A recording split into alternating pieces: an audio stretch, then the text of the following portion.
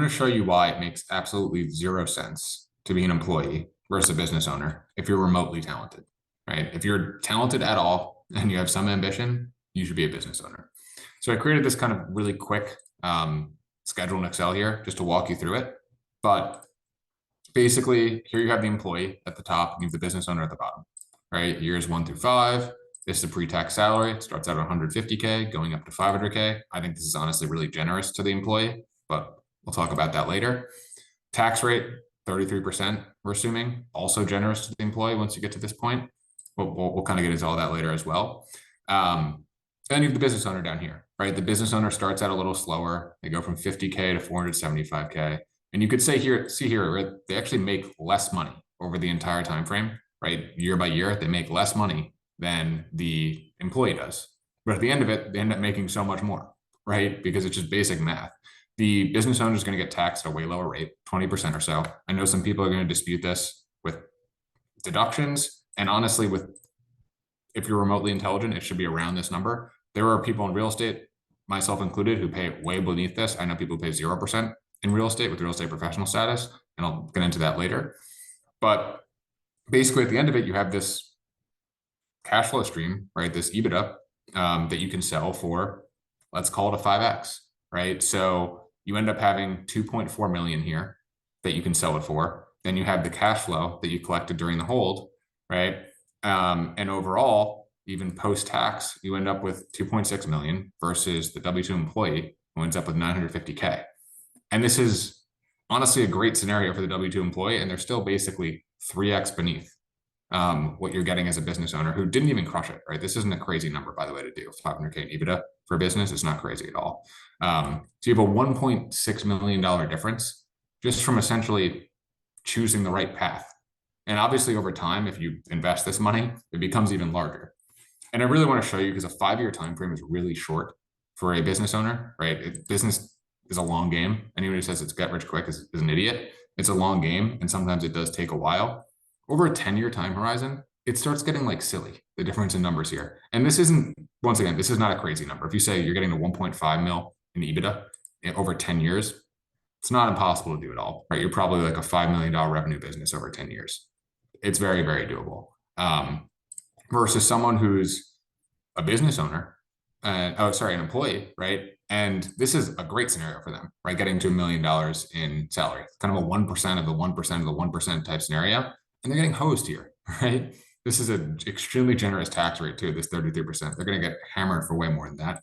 They end up with 3.7 mil versus the $12 million that you get as a business owner. And I did increase the sale multiple here just because the size gets larger, but that happens in real life as well. It's an $8 million difference, right, over 10 years.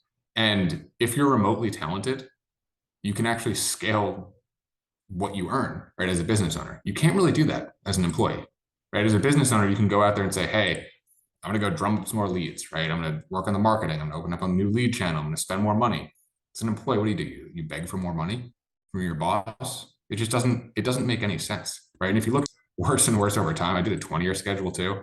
But the 20-year schedule is obviously even worse, right? And this is, once again, it's not an unreasonable number. Obviously, this is a business that's doing very well. You get to 3.8 mil in EBITDA.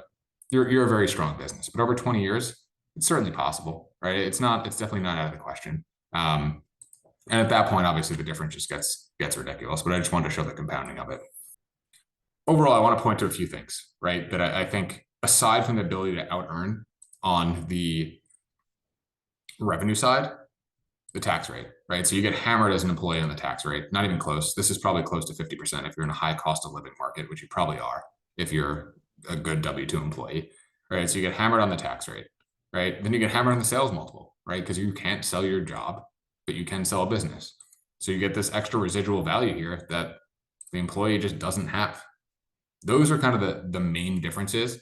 And I think this scenario is actually pretty generous to the employee, right? You have a really, really quick scaling of income, right? You're going from 150K to 500K. Very few people do that over 5 years as an employee. Far more people do this as a business owner, 50K to just under 500K in EBITDA. Like I said before, you kind of have a generous tax rate. Doesn't include investment returns on your money, which would make this number even worse, right, over time. So So I think like this is kind of a best case scenario as an employee, even when you get to here, like how many employees are making over $1 million, even on Wall Street these days, right? It's not even that much. You know, it's a really 1% of the 1%. There are a lot of business owners who just slog it out over 10 years and are doing $1 mil, $2 mil in EBITDA, right? It's not that hard, honestly, if you choose the right business. So it's, to me, I think it's a simple thing. But I want to show you guys kind of exactly how that works, because a lot of people just haven't seen it mathematically. It should be one of those things that's really a no-brainer, right? If you're ambitious and you want to make money, there's only one option. You're running a business. By the way, there are a few reasons why I think real estate is honestly by far the best option as a business owner. The first is that if you're doing it right, if you're paying 0% taxes, so this 20% tax rate, it turns out it goes to zero, right? And if you look right here, right, you're basically saving 235 grand off the bat. Obviously, if you run that in a IRR calc and you put that, assume you invest that, whatever, over 10, 20 years, that becomes very significant. So that's the first thing, is if you're a real estate tax professional, people look into this yourselves, talk to an accountant, you basically use the depreciation from your properties against your income. You're not going to pay any taxes. So you eliminate the entire tax rate. Your EBIT is basically your profit, right? So that's the first thing. The second thing is every business you're buying, right? And real estate's a business. Every business you're buying has already been created. So you skip this first step. You see kind of here, and here, these first couple of years where you're kind of trudging along. You're not making that much money. In real estate, you're skipping that step. So all you're doing is you're coming in here at a point where all you need to do is take an already existing, right? And that's way easier to do. It means you're really compressing the timelines and you're able to exit deals very quickly, right? You're able to exit deals in a year or two versus spend 5 years creating this whole business. And you end up making roughly the same amount of money, right? If you look at this, in this case, it took 5 years to build a business and you end up making $2.4 million, right? Sale at a 5x multiple. If you look at just the difference between this year, right, year 5 and year 4, that's 150 grand right there. Real estate sells at roughly a 15x multiple,